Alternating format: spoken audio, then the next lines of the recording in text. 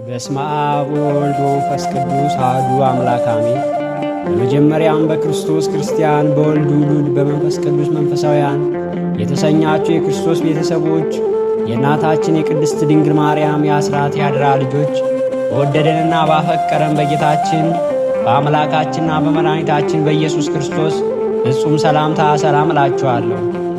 አሜን። የጌታችን የአምላካችን የመድኃኒታችን የኢየሱስ ክርስቶስ ስሙ ከአጽናፈ ዓለም እስከ አጽናፈ ዓለም ከፀሐይ መውጫ እስከ ፀሐይ መግቢያ የከበረና የተመሰገነ ይሁን። እንዲሁም አትለየውምና እናቱ እናታችን እመቤታችን ቅድስት ድንግል ማርያም ስሟ የከበረና የተመሰገነ ይሁን። ቅዱሳን መላእክት፣ ቅዱሳን ሰማዕታት፣ ቅዱሳን ጻድቃን እንደ ክብራቸውና እንደ መጠናቸው የከበሩና የተመሰገኑ ይሁንልን። እንዲሁም ሁላችሁም የአመረኖ ሚዲያ መርሃ ግብር ተከታታዮች በያላችሁበት የእግዚአብሔር መልአክ ፍቅሩ ከእናንተ ጋር ይሁን። ይህንን መርሃ ግብር በየሥራ ቦታችሁና በየመኖሪያ ቤታችሁ ናችሁ በያላችሁበት የምትከታተሉ የቅዱሳን ረድኤት ከእናንተ ጋር ነው። እንዲሁም ከጠላታችን ከዲያብሎስ እስራት የተፈታን እንሆናለን፣ ከያዘንም ድዌ እንፈታለን። ሁላችሁም የአመረኖ ሚዲያ ተከታታዮች ይህንን ቻናል ላይክ፣ ሼር፣ ሳብስክራይብ እያደረጋችሁ አገልግሎትን እንድታበረታቱ ስንል እንጠይቃለን። እንዲሁም ያላችሁን ሐሳብ አስተያየት በኮመንት እንዲገልጹልን ስንል እንጠይቃለን። ቦታ አንድ በዚች ቀን አምላክን የወለደች እመቤታችን ቅድስት ድንግል ማርያም ተወለደች። የእርሷም ለሰው ሁሉ ወገን ደህንነት የሆነባትና ከወንዶች ወገን የከበረ አባቷም ስሙ ኢያቄም ከሴቶችም ወገን የከበረች ሚስቱ ሐና ይባላሉ።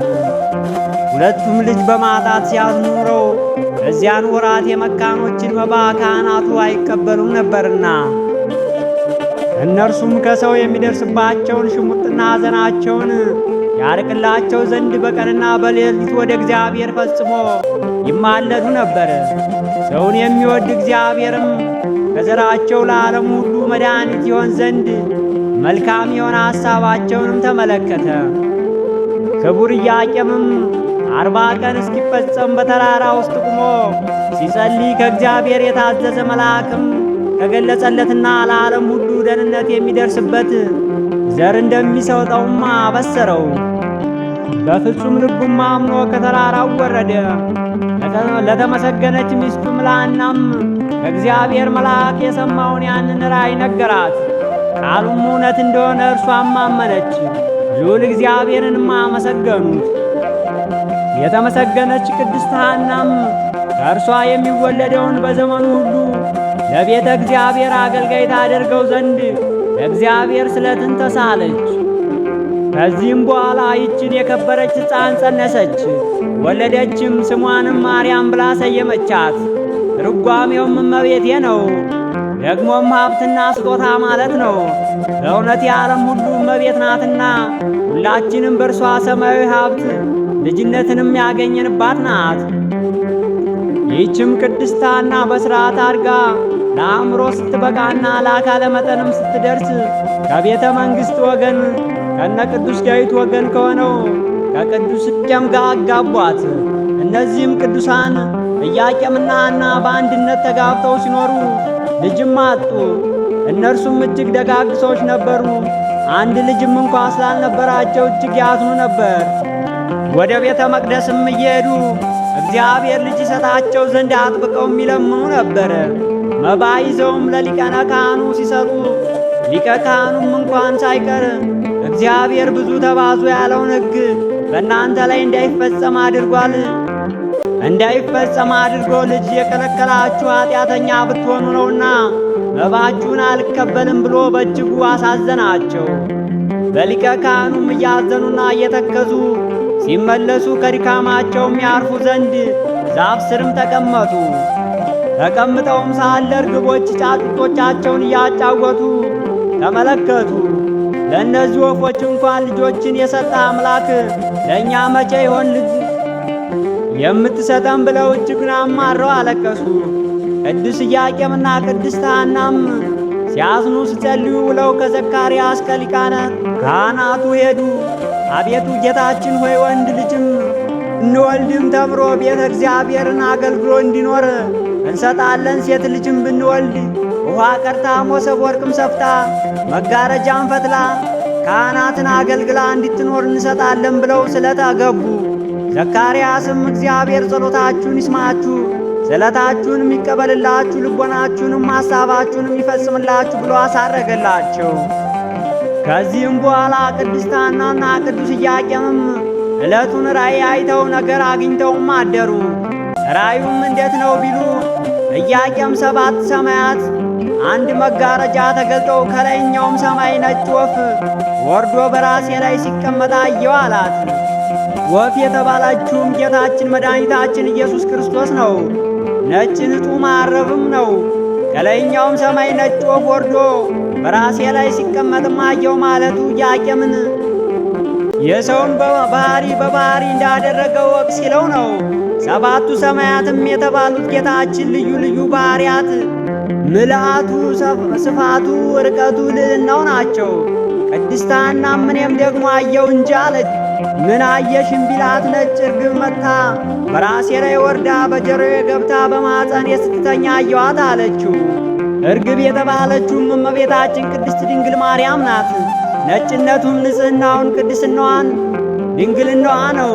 ነጭ ርግብም መጥታ በራሴ ላይ ተቀምጣ ከራሴ ወርዳ በጆሮዬም ገብታ በማኅፀኔ ስትተኛ አየኋ ማለቷ ብስራተ ገብርኤል በጆሮዋ ሰምታ እመቤታችን ቅድስት ድንግል ማርያም ጌታችን መጸነሷ ነው። ይህንኑም ራእይ ያዩት ሐምሌ 30 ዕለት ነው። እነርሱም እንዲህ ያለ ራእይ ካዩ ነገር ካገኘን ብለው ዕለቱንም በሩካቤ ሥጋ ተገናኙ። ይልቁንም ፍቃድ እግዚአብሔር ቢሆን ብለው አዳምና ሔዋን ብዙ ተባዙ ምድርንም ሙሏት ብሎ ያበሰረ አምላክ ለእኛ ሲልክልን የለምን ብለው ዕለቱን አልጋ ምንጣፍ ለይተው እስከ 7 ቀን ድረስ ለየብቻቸው ሰነበቱ። ነሐሴም በባተ በ7ኛው ቀን ከሰው የበለጠች ከመላእክትም የከበረች ደግ ፍጡር ትወለዳለችና ዛሬ በሩካቤ ሥጋ ተገናኙ ብሏችኋል ጌታ ብሎ መልአኩ ለሐና ነገራት። በፍቃድ እግዚአብሔርን በብስራተ መልአክ እመቤታችን እግዝእትነ ማርያም ተጸነሰች። እግዚአብሔር አምላክ አብርሃምና ሳራን የተመለከተ አምላክ በኢያቄምና በሐና አማካኝነት ለዓለም ደህንነት ምክንያት የሆነችውና ለዓለም ሳይፈጠር በአምላክነት ልቦና ታስባ ትኖር የነበረች የተነገረላት ትንቢት ሊፈጸም የአባታና የእናቷ የቅድመ አያቶቿ ራእይ ሊተረጎም ጌታ የፈቀደበት ጊዜ ደረሰና አችን እግዝእትነ ማርያም ዕለት ነሐሴ 7 ቀን በ16 ዓመተ ዓለም ተጸነሰች። እመቤታችን ከተጸነሰችም በኋላ አይሁድ ቀንተው ተነሱባቸው። ቅናቱ እንዴት ነው ቢባል ሳሚና የሚባል የቅሬቅ ልጅ ከኤዶቅ ከአጎቱ ቤት ሄዶ ሞተ። እነርሱም እንቀብራለን ብለው በአልጋ ይዘው ሄዱ፣ ድማ አሳረፉት። ቅድስት ሐናም ያጎቷ ልጅ ነበርና ለማልቀስ ብትደርስም ዘመዶቿ ሁሉ ተሰብስበው ሲያለቅሱ ቆዩአት።